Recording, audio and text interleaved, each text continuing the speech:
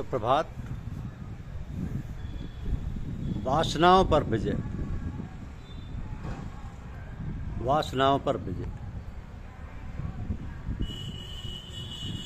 श्री रामचरितमानस में एक कांड आता है, अरण्य कांड। ये अरण्य कांड बोध कराता है कि धीरे धीरे संयम बढ़ाकर वासना का विनाश करो। यानी अरण्य कांड निर्व्यसन बनाता है। निर्भय रहने के पीछे भी वासना त्रास देती है। मानव का मन अनेक पाप वासनाओं से दूषित हो चुका है। वो अधिकतर काम वासना भोगने के लिए ही आतुर रहता है। अनेक प्रकार के भय और चिंताओं से व्याकुल रहता है। मन कामातुर है, भय से व्याप्त है और नाना प्रकार की इच्छाओं से पीड़ित है। तो मानव को दुख देने वाली ये वासना ही है। वासनाओं के ऊपर जो विजय पाता वही सच्चा पराक्रमी है। जो वासनाओं का गुलाम बन जाता है वो निर्बल, वह संसार में हार जाता है। उसके ये लोक और परलोक दोनों बिगड़ते हैं। वासनाओं को संयम से जीते। वासनाओं को चाहे जितना भोग प्राप्त हो, लेकिन कभी भी तृप्त होती नहीं। भोग भोगने से तो वासना बढ़ती जाती है। अग्नि में घी की आहुति से जिस प्रकार अग्नि शांत होती नहीं और अधिक प्रबल बनती है, वासना ऐसी विकारिण है कि वो खिलाने वाले को ही खा जाती है, इसकी तृप्ति होती नहीं। विवेक और संयम से ही वासना शांत होती है। अग्नि में लकड़ी डालो तभी तक वो सुलगती है, परंतु लकड़ी डालना बंद होते ही अग्नि आप से आप शांत हो जाती है। उसी प्रकार वासनाओं का भोग परसते रहो तब तक वो पनपती रहती है, और भोग देना बंद हो जाए तो आप से आप शांत हो जाती है। पूर्व काल में भाजी रोटी में जो शांति और आनंद का अनुभव अपने पूर्वजों को होता था, वो आज भांति भांति के मिष्ठानों में और मोटर बंगलों में भी अपने को होता नहीं होता। कारण जितने सुख की व्यवस्था और भोग विलास का साधन बढ़ता जाता है, उतनी मनुष्य की वासना भी बढ़ती जाती है। तो जीवन में सादगी, संतोष और संयम होगा तो ही शांति और आनंद का अनुभव होगा। सुख भोगने की इच्छा ही दुख है। भगवान तुमको सुख दे तो विवेक से प्रभु का स्मरण करते हुए थोड़ा सुख भोगो तो बाधा नहीं। बहुत सुख भोगने में तन आलसी होता है। बहुत सुख भोगने से मन बिगड़ता है। विवेक से थोड़ा सुख भोगो, परंतु अमुक सुख मुझे भोगना ही है, ऐसा संकल्प ना करो।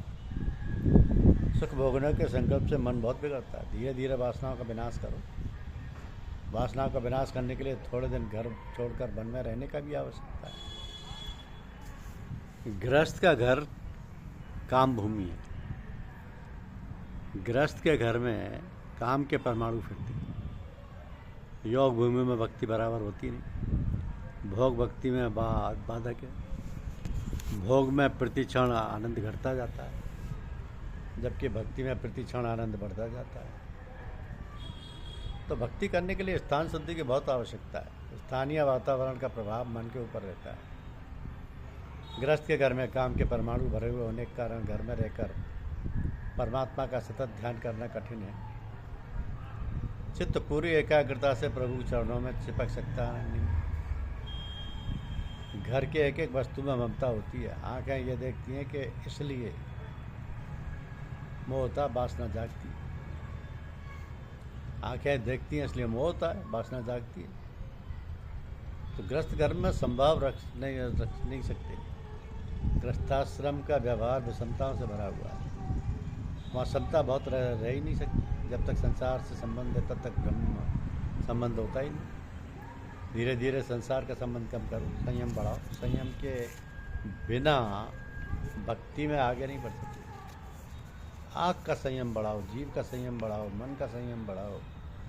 जिसको देखने की अत्यंत आवश्यकता प्रतीत होती है उसी को देखो। आवश्यकता उतना ही बोलो। संयम बिना सुखी हो ही नहीं सकता। जो इंद्रियों का गुलाम है वो भक्ति कर ही नहीं सकता। संयम और सदाचार बढ़ाओ तो वासनाओं का नाश हो, मन शुद्ध हो और भक्ति में आनंद आए। विलासी लोगों का संग मन को बिगाड़ता है, वासनाओं को जागृत करता है। विलासी लोगों के संग में रहकर वासनाओं का नाश करना अशक्य है। थोड़े दिन के लिए विलासी लोगों का संग छोड़कर एकांत में रहो। शरीर बिगड़ता है तो लोग वायु परिवर्तन करने के लिए जाते हैं। जहाँ अच्छी हवा हो, अच्छा पानी हो, वहीं शक्ति आए।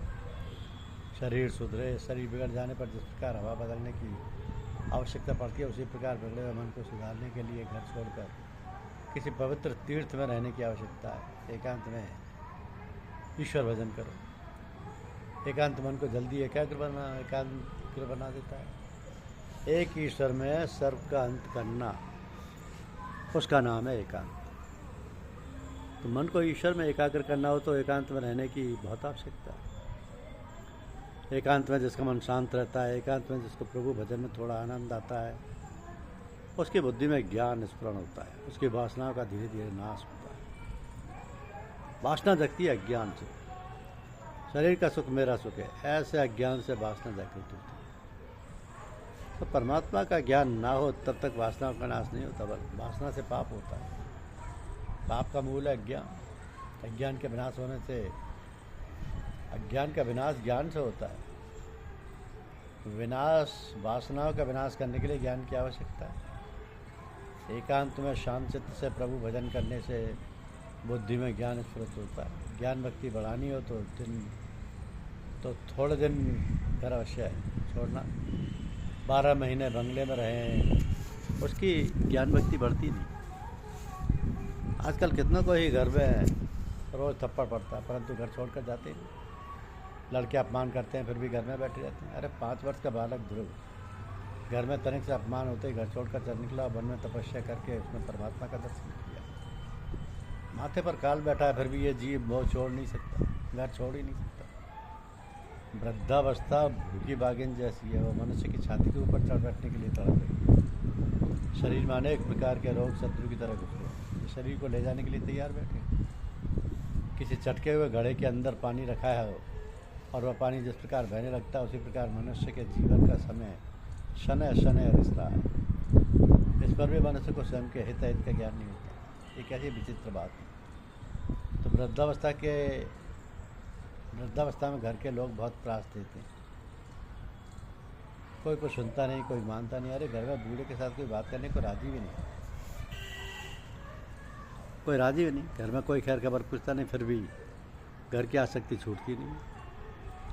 तुम जिनके प्रति अत्यंत आसक्ति रखोगे वही तुमको अधिक लुढ़ाएंगे। समझ कर घर छोड़ोगे तो कल्याण है, नहीं तो काल धक्का मारेगा और तब घर छोड़ना ही पड़ेगा।